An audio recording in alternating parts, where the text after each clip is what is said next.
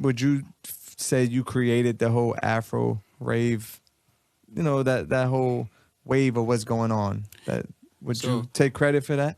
Yeah, I would take credit for that, but there's no AfroRave without Afrobeats. You feel me? Afrobeats is the mother tree.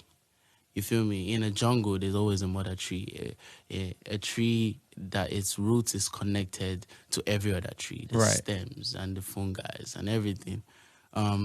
That's kind of like what AfroRave is all about, and you know, it's my own perception of Afrobeat. It's how I perceive it. It's how I refine it to the rest of the world, and I'm glad people are consuming it. When you bring something new, like that type of energy, in the beginning, sometimes the people that created the tree can sometimes hate. You know what I'm saying? They're not used to it. Did you feel like that in the beginning before they understood what it was? Did they look at you like, what is he trying to do? Why is he trying to do something different? Yeah, I kind of sensed it, but I would say it wasn't really vocal because of how crazy I was moving and how fast I was moving. Right. It was obvious I was doing something different, but it was more obvious from other people's fan base, not my fan base. Right. You know, it was like, what, are you trying to like create an opposite of Afrobeat? Are you trying to create a conflict in here? But it was like, nah.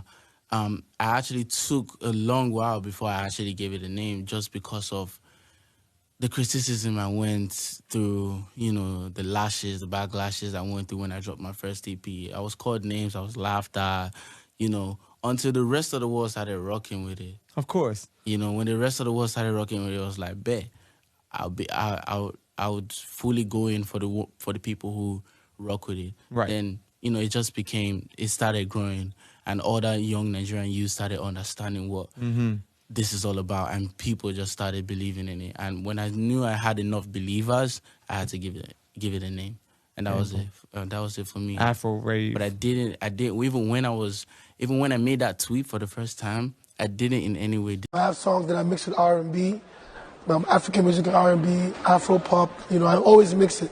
That's why I call my music Afro-Fusion.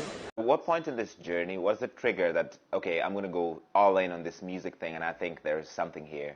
It was right from the beginning. Like, I had never felt that sense of purpose and direction in my entire life. I just knew. I'm like, yo, at this point, school is going to have to suffer. Like, I just knew. And I feel like that conviction is like probably the greatest thing that ever happened to me. The first album, young, naive, you know, inexperienced young boy who, you know, has experienced a few women, and I just made I made an album out of that. Next album, a bit reflective. I was introduced into the world of fame, and I realized that, yo, this is crazy, I need to relax. So I got reflective, and I made an album out of that. Third album, I'm out there in the world, my music is taking me places, I'm excited. So you can get the growth. I really hope to make a heartbreak album one day. I wouldn't call myself an Afrobeat artist, to be honest. I'm just an artist from Africa.